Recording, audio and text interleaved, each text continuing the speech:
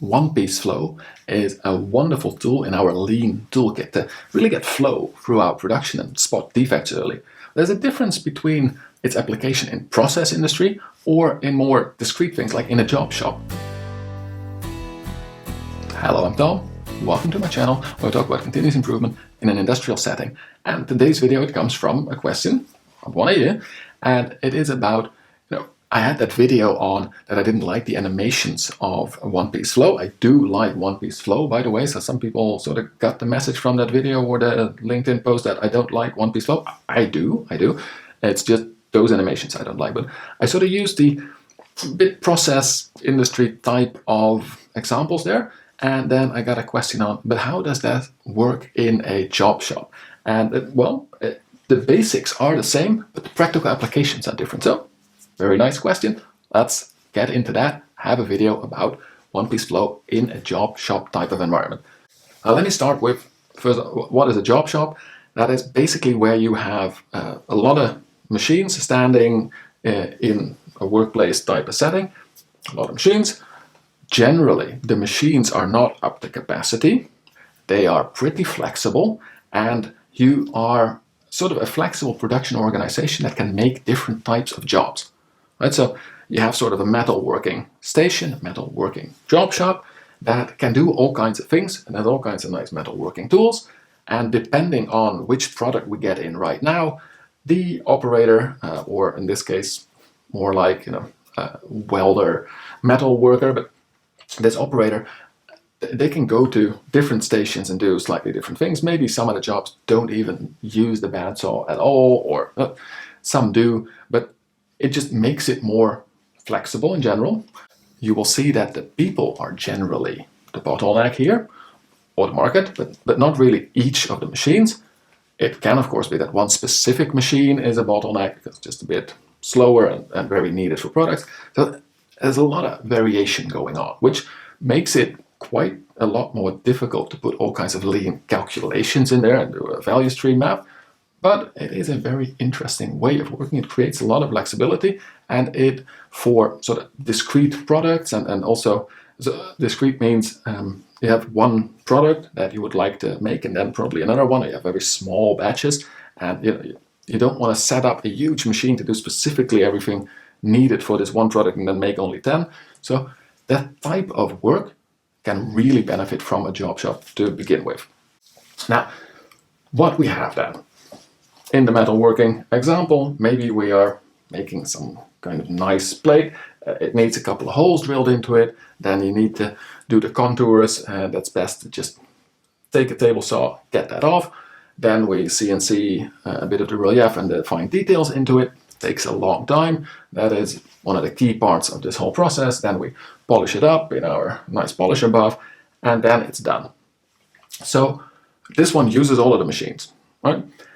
What we could do is take 100 or even 1,000 of our metal plates and drill in the holes, right? And get all of them done. At the end, you have a big box of plates with our holes in it. Then we go and saw off the edges, the contours of our plates. All 1,000 of them.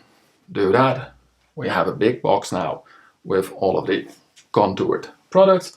We go to the CNC machine, we feed them in one by one, but that's not one-piece flow. We feed in all 1,000, just one after another. Then we go and polish all 1,000 of them. That is a batch system of working. Now, if we do that by ourselves, it's probably not going to be the most effective, and you'll usually also see it, but people do it at a smaller scale. Because once you're drilling, it's sort of easy to just drill a bit, and you're sort of in the flow of this drill machine. So many people will do at least small batches, and small batches tend to become a bit larger over time. So I will say, I'll have this small box that I can still carry manually. 10 products is easy for me to carry. I'll do 10, 10, 10, 10. Yeah, maybe. So in some cases that is easier. It is especially easier, and we'll come to that in a bit, if you have 4 operators that operate that and they can do different type of products, and you just hand off batches and they sort of handle the whole batch. But what if, and I didn't say it for nothing. That CNC machine is a bit slow. It does most of the work, but it also does all those precise movements, and it just takes a bit of time.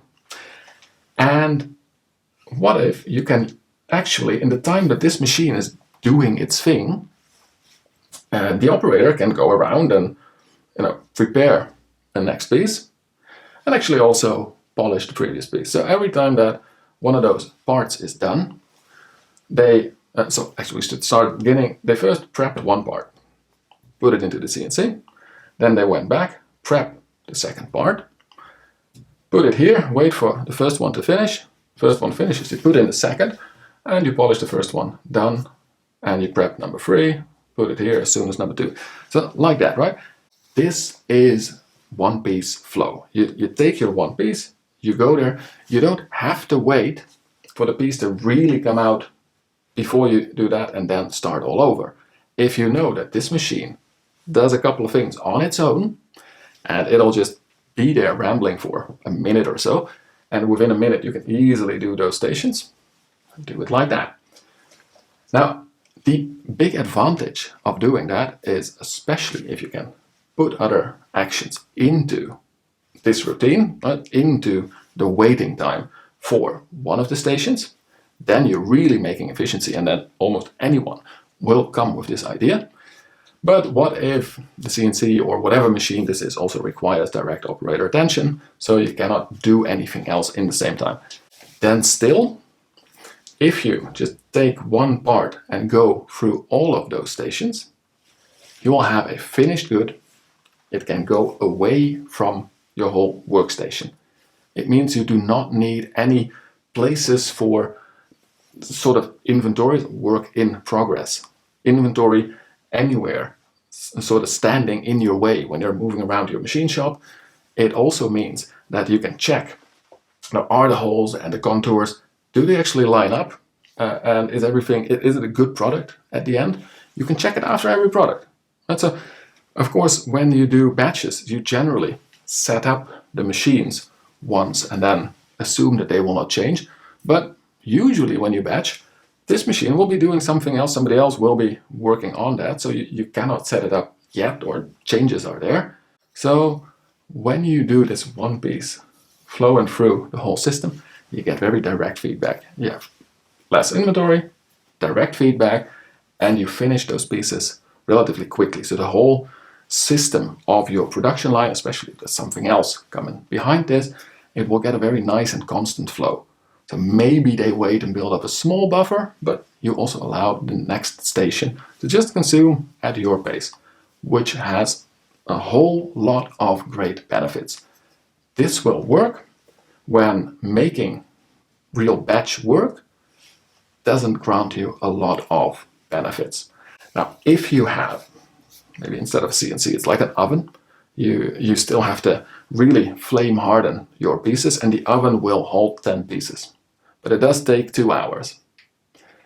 Well, in that case, you would go to this batch of an oven load, right? Because when you would put each piece into the oven one by one, you completely ruin your bottleneck in the flow. So do take stock of these things. Right? If the line is not balanced for one by one throughput, adjust what you're doing. Go for sort of small batches. It is very similar still to one piece flow, just it's the piece became an oven load. Small batch flow. Same concepts. But now, why does this often fall apart? Right? Here we have the one person doing all of these things, and they organize their own work, and many skilled people will indeed just get a few here, few there. So small batch flow, one piece flow, sort of works in a good way. But what if we want to increase the output? So what we could do is have 2 people who all go the same route. But then you're getting in each other's way. What you see more often is that you will then also make different stations. So you have somebody doing all kinds of preparing tasks, then you have somebody doing often a different skilled task. So expertise is also a reason why you want to shift, separate out specific tasks between different people. and you get the one station to the other.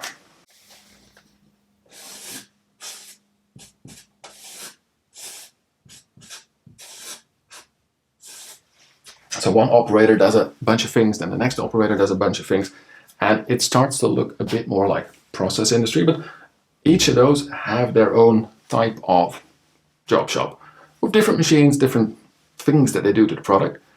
Now, if we do one-piece flow or very small batch flow, we do get into many of the same problems that the process industry often sees, and that is a difference in capacity. So what you will see in many factories is that the preparation tanks or the preparation department can run at a faster pace than the actual production department, and then the packaging department can easily do that work, so they could run much faster. And what will traditional factories do? They'll say, well, we've got this one preparation department that can prepare stuff, all kinds of semi-finished goods for 3 production departments. So they will just put it into a big tank, and then department A can use that tank while the prep guys there filling tank B, and then the other department can start using it, and before A finishes their whole tank, they will have another tank ready so they can do a new job, and we keep the production departments busy. Right, so 1 here, 3 over there, it's the same ratio.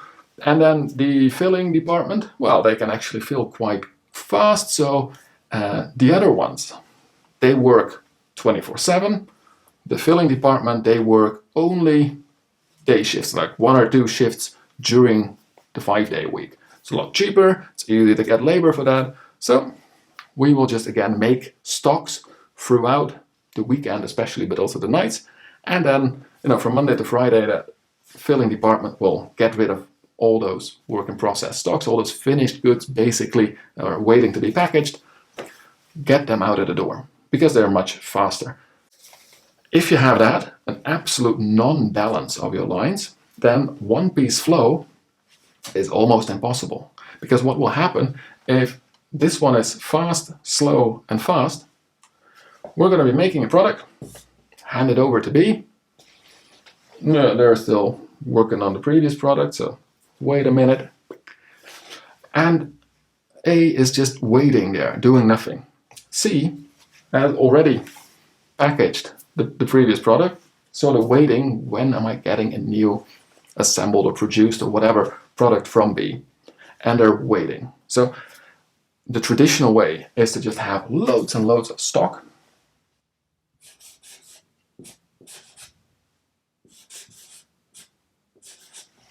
We build stock between those stations, and we can sort of decouple their work.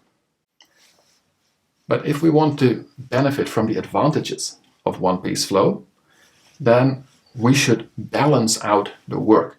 That is super important. That is important in all of these. So you use waiting time and line balancing.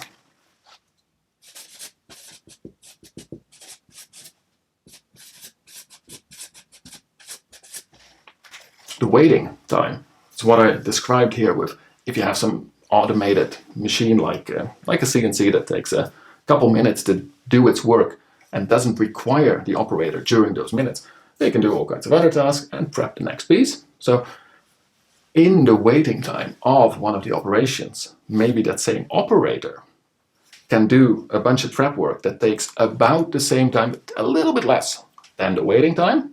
Why a little bit less? Well, there is variation in those tasks as well. You don't want your bottleneck machine to then be waiting on you, but roughly the same number of tasks, the operator time in tasks that you have to wait for your big machine anyway. But the other thing is you need to balance between stations. This is less of an issue, or maybe even not an issue, if you have only one person. But if you do multi-station, balance out so that the total work takes roughly the same amount of time. This is the concept of takt. So if you have a product flowing through every 5 minutes, then everyone should have about 5 minutes of work to make that product. And that means that maybe the washing goes to station B if A otherwise has too much to do. Right? So you offload or onload some tasks. You take the station that has the longest cycle time, the longest time it takes to do all of their things, and you're going to offload a bit, either front or back, however you're going to make that happen. That way, every station in your full production line can produce their part of the production in the same tact. And as soon as you have the same tact everywhere, you can go to this one-piece flow or very small batch flow. That really depends on what is happening. If again, somewhere here there is the oven where 10 products can go in, but it takes quite a bit of time, go for 10 as a batch, right? But if you don't have a good reason, especially for bigger products that are quite bulky to be stacking somewhere, really go for one-piece flow. It's not for nothing that many car and airplane manufacturers have actually shifted to that, where there's one airplane just being dragged along the whole factory and everyone doing their stuff to this one airplane, and then the next one comes. They stopped making a whole lot of frames and then plating all of those frames, and then and take some heat from that and do the same when you have job shops as well. So for a single job shop, one-piece flow, or maybe as much as you can carry flow, but even then it already begins to become tricky because you have to put it somewhere. If you still have it in your hand after you did a couple of operations, then you do the second operation, the third operation, fourth, done. You keep the piece in your hand. You do not let it have to stack it somewhere, then pick it up again. No, just you walk with the piece, done. Limit the walking. Make sure that these things are nice and close together in a good job shop. These will be sort of movable, preferably, or at least in such a nice U shape that it's very easy to go between them, because you don't want to have a lot of walk-in motion between them shops. That'll take a lot of time. It should be about as easy to go to any next station as it is to put it back on a pallet, right?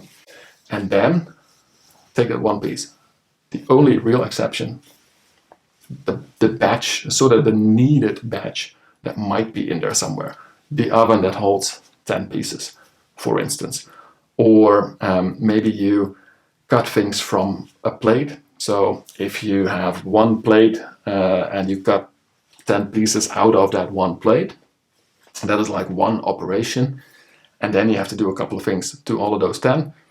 It may be good to just have them 10. But even there, especially for that, because it's sort of half on half, you probably, both for the oven and for cutting out the plates, that one station will do 10, but you can do all of the others then one by one. So if your CNC cut out nicely the outlines of 10 products, and you have 10 here, take one, go drill the holes, go polish it. Second, drill the holes, go polish it. And do all of that, all them 10, before the next 10 get done. But don't take 10 to go and drill holes 10 times, then polish them 10 times. Again, get into the as much one-piece flow as you can, because it limits where you need to have places for work in progress stock. But that is basically sort of the difference. When you go for a job shop type of environment, you see that the theory and the type of problem that you run into is really the same as for process type of industry, but in practice there is quite a big difference. In practice, it is easier to organize one-piece flow in a job shop, thanks to its flexibility, and also especially thanks to how you can line balance. When you are in process, in large process industry, the company has usually already bought all of these machines at different times. So the original greenfield factory was very nicely balanced. And then some recipes changed, or then they replaced only that molder machine. They upgraded it because they're looking at future increases. All kinds of reasons why an established factory has very expensive pieces of machinery that are big. You cannot just move them around, and they have different capacities. That almost guarantees that you want to work with batches, and that one-piece flow gets a real drag. In a greenfield factory, even a process factory, it's very, very doable. In a job shop, it stays doable to do this balancing because the whole idea of a job shop is the flexibility of its operations. Now, if you like that explanation, don't forget to hit that like button. And also, one of those things, a couple of people sort of found me, as you have, but found me and also approached me to see if I would coach them in their continuous improvement journey, in their learnings, in their way to discuss things with their managers. All kinds of sort of learning reasons why they asked me, do you do personal tutoring, coaching, a bit of personal training on these CI topics? And yes, I do. So if you would like that, drop me an email, get into contact with me. You can do it through the comments, but also through LinkedIn, or send me an email, things like that. Let me know. Yes, those are things that I do.